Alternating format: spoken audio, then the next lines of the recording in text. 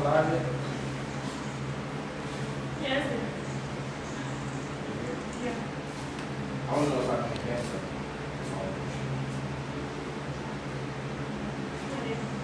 How y'all know y'all can hear me?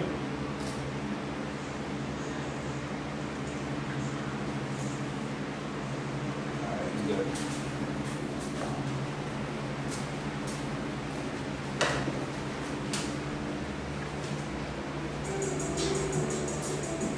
You got like, so how you take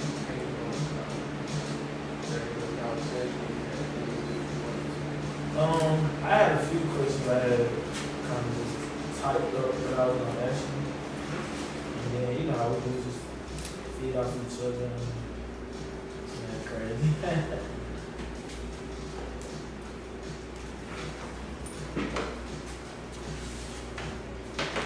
How everything was at the shop?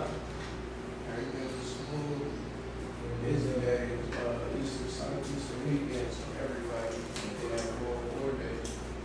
Everybody was trying to fix it. I ain't gonna lie, I was even thinking about all this. I forgot these people Sunday.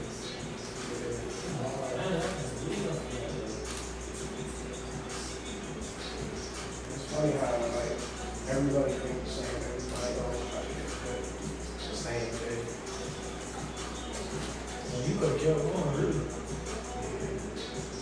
We try to get up out of here too. So, you know, we try to go well.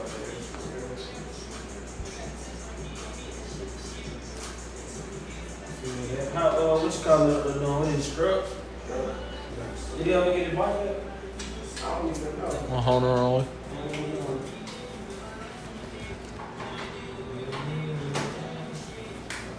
I was not yet.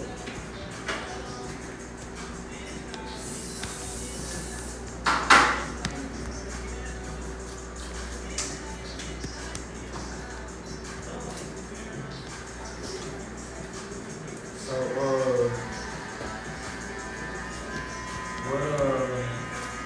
what's something you wish, like, people ask you more?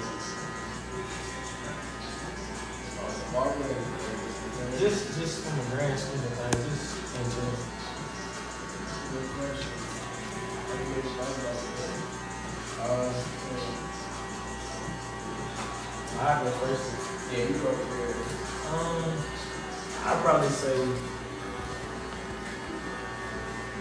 probably just ask me how I'm doing. I'm like really okay. I feel like a lot of times we like try to suppress so much. We were just raised to be strong, not show all emotions, and you know, I was always taught to be strong. So All right. it's the older I done got and started Right. understanding more about emotions and just having like, you know, unhealed or like never kind of addressed your trauma when you were young. like, just literally on every day. Right. Yeah. Because it like, as I done got older, I like watch a lot of stuff. So just seeing guys get on podcasts talking about my old train of thought. Like just expressing what they think and how they process it now. You know, I'm saying as far as like the trauma that you didn't kind of like address or accept in a way, it's a reason why we react the way we react to certain things. And the fact that you never addressed what happened to you when you was younger, whatever you've been through, you never addressed it. And so that caused you to react to certain situations. Like, for example, you can think about when you react to women.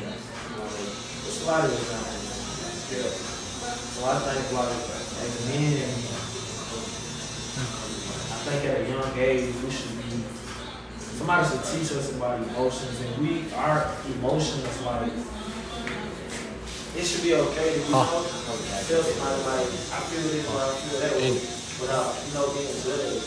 That's why I think a lot of girls, like, I always want to be strong, you know? I never want to show a side, you know, show no weakness. So I never want to show them that to the world, nobody else.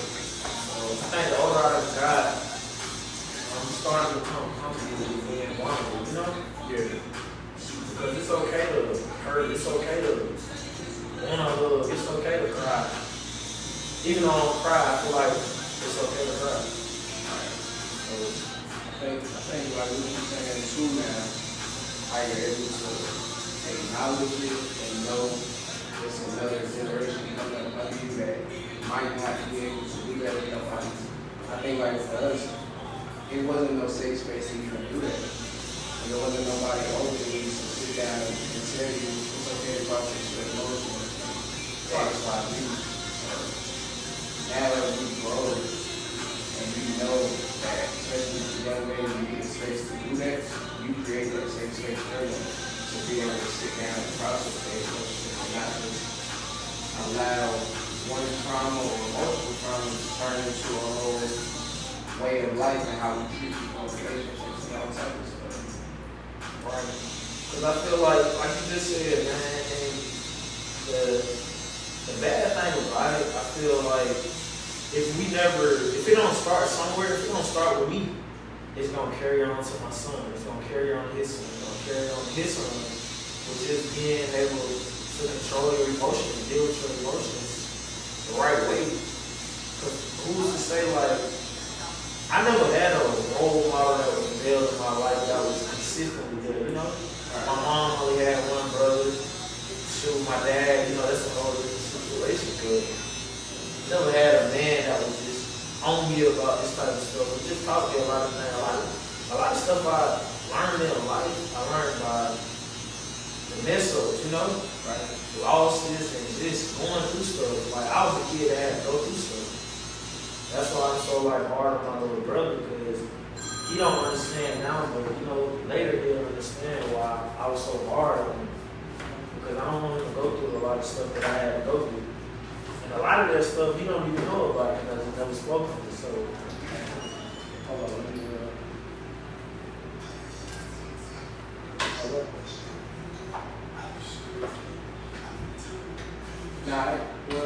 actually I did. I looked at the phone.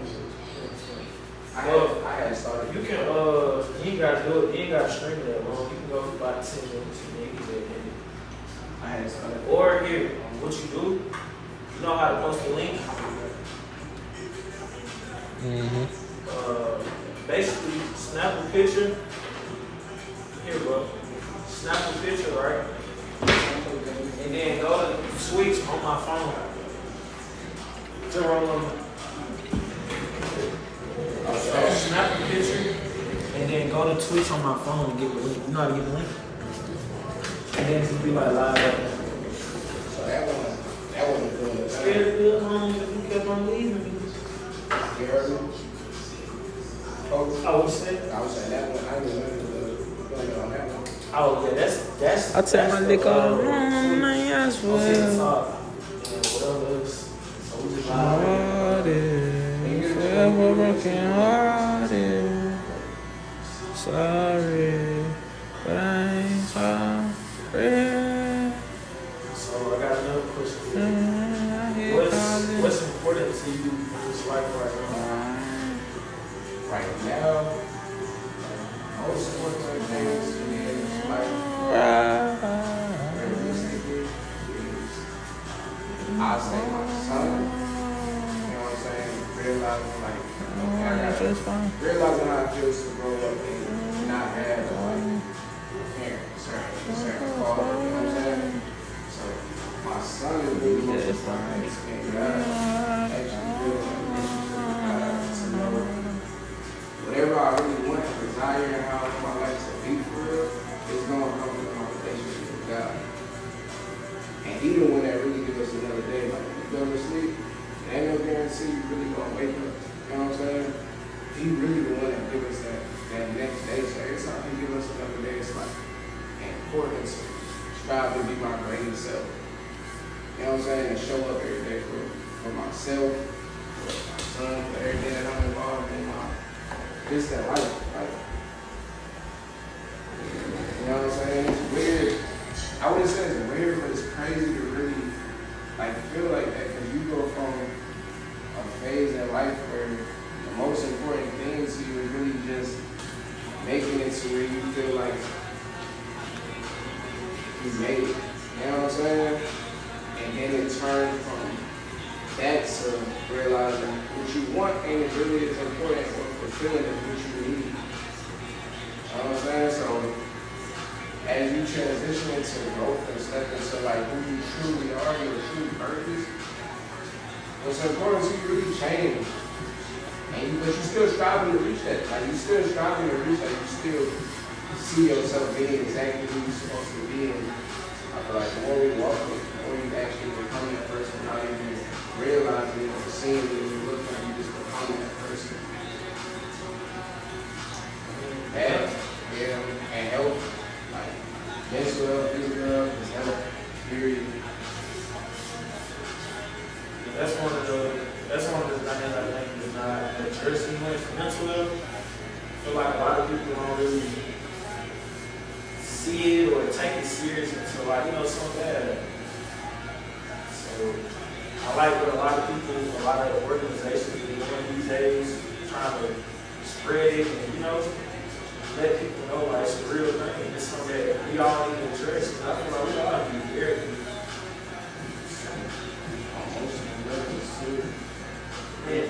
and what you were saying about just about what's important to you in life, like I was just having that same conversation with my brother today. And he was just telling me some of the same thing as you saying, like when you kind of, you spiritual, when you look at things for what it is, like a lot of this stuff really don't matter. And I'm being to that point in my life, right? No matter I'm okay with, I don't gotta be a millionaire. But like you said, I'm striving to get millions. Yeah. That's okay. But I'm okay if it don't happen for me. I feel like if I fulfill what God put me here to do, if I'm a good person to the people around me, and if I'm happy, I'm chasing peace right now. Right. And like what you saying, because like that's part of my point too, like our idea of that success changes, but we still reach that level of success. But you realize early on, through everything that you went through in life, you realize, damn, I done had a lot and still feel a certain way mentally, and I had a little and still feel a certain way mentally. So it's like, what is really the key to help to make my mental feel whole and feeling that void mentally and within? You feel that, feeling that whole, you're going to have that motivation to do whatever you want to do. You get what I'm saying? And you're going to feel like a million, but you're going to allow yourself spiritually to get that. And, I really like look at a million. I'll say, like what you say, I'm okay with never reaching a million. Yeah. But I know for a fact, millions, like I know a million is like in the destiny of reaching, not just for ourselves, but just for generational growth. A billion, I don't really care to reach a billion. I don't know what you got to do to reach a billion. You know what I'm saying? I had those self-talks with myself like every day, and I'm in a point in my life where I just keep constantly looking at everything for what it is. It's like every day is a new day for me, and I'm just, one day I wake up and I'm like, how we just feel like, a lot of stuff that I think about really don't matter. And it's forcing me, I'm in like a place where like, I don't know, it's like I'm searching, it's like I'm starting to find myself, and I'm starting to understand a lot of things, like, I'm okay with, I'm fine with being okay. Like, that's why I just started putting my phone down. Like, if I ain't on my phone, it's like, I ain't gonna say nothing better, but it's like a lot of my worries aren't there. I don't gotta worry about somebody calling my phone, hey, this just happened, this shit pull up, such and such, It's like a lot of negativity in my phone. So would you say like, and I think it's a lot like this for a lot of people, would you say like if you lose attachment on your phone, you find a different type of peace for at least a moment before you get a call or something? Yeah, most definitely. I feel like the phone just be distracting me so much. Like, I catch myself all the time. I might be doing something. I might have my daughters or something right there. They playing on the trampoline or something. I'm sitting there tapping my phone. And And I always just catch myself like, oh man, put the phone down. Tend to them, you know, spend time with them. Because I know they in their head, they saying like, hey, just on this phone, you know? Yeah. So I want to be able to, you know, appreciate them and appreciate the time I have with them because, you know, we don't on this earth for a long time. So I want to take advantage of spending time and loving and enjoying people that need something. And I can't do that if I'm just constantly on Instagram, scrolling, looking at negative stuff that really don't even matter or affect my life in no way. You know? You don't get on social media and just see positivity all the time. I mean, I'm starting to see a spread of it. And a lot of that is the people. Like, before you came over, I was just talking to myself, like, you are really who you hang around. And when you take a step back from people and certain things, you see that one. You know, like, if I ain't around this person, I ain't got to deal with the drama or, you know, some people, like, they drain your energy from being around. And we older than them, man, I don't want to be around all The that. crazy thing about the phone is too, like, when you do see that positive coming from it and stuff, most of it is still like business or career promotional type of stuff, right? And there's nothing wrong with that. That's the main reason why we use it today to enhance whatever we're doing. But I was remembering like when the monks came through walking through Georgia, and the monks, every time they were stopping, they was talking, the monks were saying like, a way to keep your peace is like when you wake up, don't touch your phone for a good amount of time and really like get your mind sound. And it makes you think, like, not just for us, but for a lot of people in the world, for probably half the world. When is the last time we really woke up and went half the day without our phone? You know, and sat with our own thoughts, without that distraction, make you wonder, like, you know. That phone, man, it's definitely an addiction. Sure. Definitely an addiction. But,